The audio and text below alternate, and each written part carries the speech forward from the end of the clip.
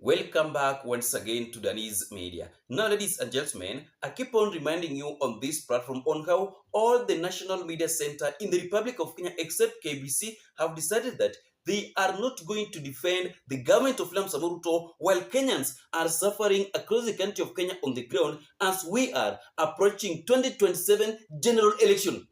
Hawa watu pia wako kwa one term, and that is KTN, Citizen, NTV, and TV 47. They have decided to join Rigathi Gachagua through exposing things under the government of William Samoei Ruto to the people of Kenya, so that come 2027 general election, Kenyans can decide on whether Ruto is going to be a one-term president or on whether Ruto is going to be a two-term president. They have decided that they are not going to massage the government of William Samoei Ruto, no matter how Ruto will intimidate them. We take a look at a changed president. He was once celebrated as a hustler who spoke the language of the streets. Today, he is trending for a very different reason. His anger. Why is the president angry? Is it the weight of unmet promises, the sting of criticism, or the pressure of accountability? Vera Mora reflects on President Ruto's outbursts yesterday and today that has put him on the spot. Bottom, bottom, bottom, bottom.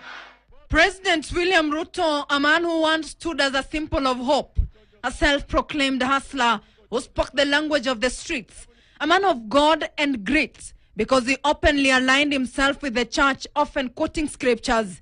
He was a teary Ruto. At one point, he cried at a church service.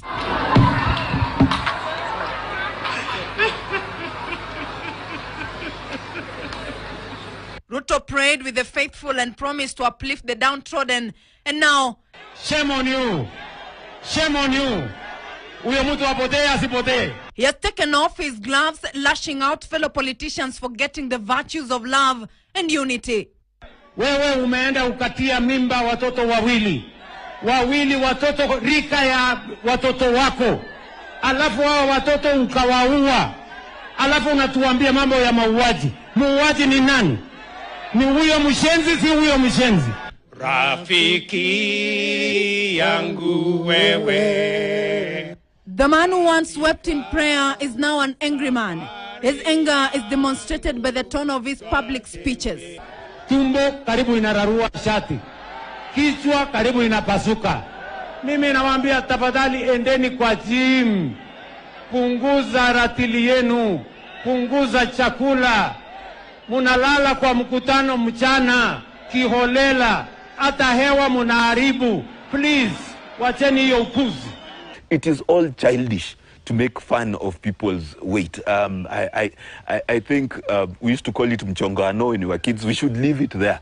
In class 7, before you get to class 8, that should be where you leave it, because it's childish behavior. But also what it means for the country is that it heightens the tensions within the country. His speeches point to a man whose patience with his critics has run thin. This time, the president, I think, has reached his elastic limit in terms of, as I've said before, we've made very many names about him. You know, I doubt even whether our kids know that he's called President Ruto. I think he's called Luto, Kasongo, Must Go, Githinji. I think that was December, his name. So you've got a lot of names, and I think he's just tired of it. I think he's gotten to a place where he's tired of it, and his temper is showing. Listen to the president's choice of words. And that I am not apologetic about. Huyo ni mtu wako na akili. Huyo ni mjinga si mjinga. Ni mpumbavu ama si mpumbavu. Ni mshenzi ama si mshenzi. But the president has taken an oath to defend and protect the Constitution. So his utterances constitute an abomination. And some of the utterances that he has made for the past few days do not portray a leader who is supposed to be the president of Kenya. Must leadership just be full of goonism, violence, insults? But for months now, the hustler has become the hammer, hammering fellow politicians in his presidential tours, forgetting that he is Baba wa Taifa and so the symbol of national unity. At one time, The president publicly said he will not hand over power to the opposition. We cannot hand over to people hawana mpango. Ati mpango yao Ruto must go. Sasa Ruto must go itakusaidia na nini? It went on record on July 9th, 2025 when anger boiled over Ruto. Furious with demonstrators, he ordered police officers to shoot demonstrators on the leg. Mtu kama huyo apigwe risasi miguu, aende hospitali, akienda kotini.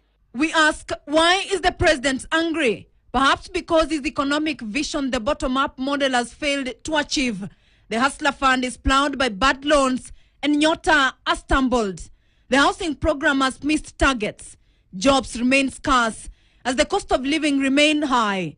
As accountability tightens its grip, the president's tone hardens. Again, why is the president angry? Sisi ni watu tuko na akili bwana. Those are people we see as our father figure. You can imagine a father and a mother wanatusiana kwa nyumba.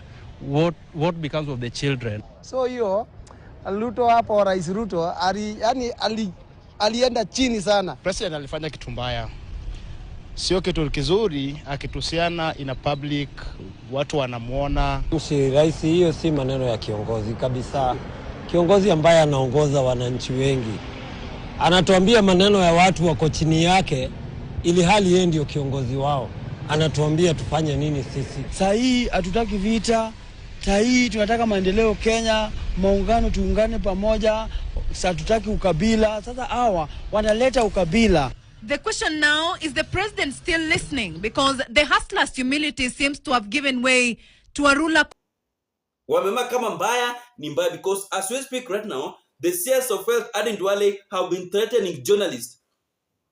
If you ask him any tough question concerning to wealth, unakuwa arrested, unapigwa, sijui unafanywa nini. And that is why naambianga hapa that all the cabinet ministry that Ruto appointed under his government that does not fit to occupy those offices, because they don't know what they are doing there. They don't know what should be done there, because why arresting a journalist?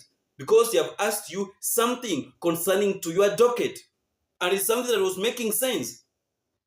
Duale was recorded threatening the journalist, an NTV journalist. Was it NTV or KTN? And before we proceed, I want you to listen on how KTN have decided to inject the government of William Samoei Ruto as we are approaching 2027 general election. And before you watch the video, please ensure that you like my video. Like the video, you automatically shows us your support on what we are doing on this platform. So that is what is happening within the government of William Samoei Ruto as we are approaching 2027 election. KTN is now doing Lord's work. KTN, NTV, Citizen, TV47, alongside Rigathi Gachagua, are busy doing what activist Morara Kibaso used to do. Sasa wamechukua ile nafasi ya Morara Kibaso. Wameamua kama mbaya ni mbaya, kuna mambo ya kubembeleza hii serikali ya Ruto. And that is why nawaambiaga hapa hivi that we have so many reason to vote against the government of William Samoei Ruto. Tuko na reason wengi sana, mingi sana, concerning to how Ruto is leading this country of Kenya. Because Kenyans are suffering. We are being told that at yakuna pesa, but they have been telling Kenyans on how they don't have money. But the kind of money that Ruto is spending on his trips across the Africa, and also here in Kenya, the way Ruto, have you ever seen the convoy of Ruto in this country of Kenya? His convoy, when he's going to inspect a tap, some state project, some project that were launched by Uhuru Kenyatta or by Kibaki. Ushawaiona convoy yake. More than 40 vehicles zinafuata rais. Na more than 4 choppers, military choppers. I'm just wondering that where are we heading as a country? We still have muddy classroom in this country of Kenya. But the amount of money that Ruto is spending, like 4 days ago, NTV exposed that Ruto was to spend $500 million on his trip that is happening right now, on his 14-day tour across the world. Si alikuwa South Africa some 3 days ago. Juzi, 1 day ago, after returning back here in Kenya, Ruto alienda Ethiopia. After Ethiopia, ameenda Finland. After Finland, anaenda Eritrea ama wapi. Kuna mahali hapa ambaye anaenda. So all the 14 days that Ruto is going to be outside the country, Ruto is going to spend $500 million on his trip. Sasa, let us make sure that, let us think beyond one term. Because tulishachagua rais ambaye anapenda maziara. Because sometimes hata akienda kwa hizo maziara zake, on those events, on those conferences, imagine sometimes Ruto huwa anajipata that yeye ndio president peke yake.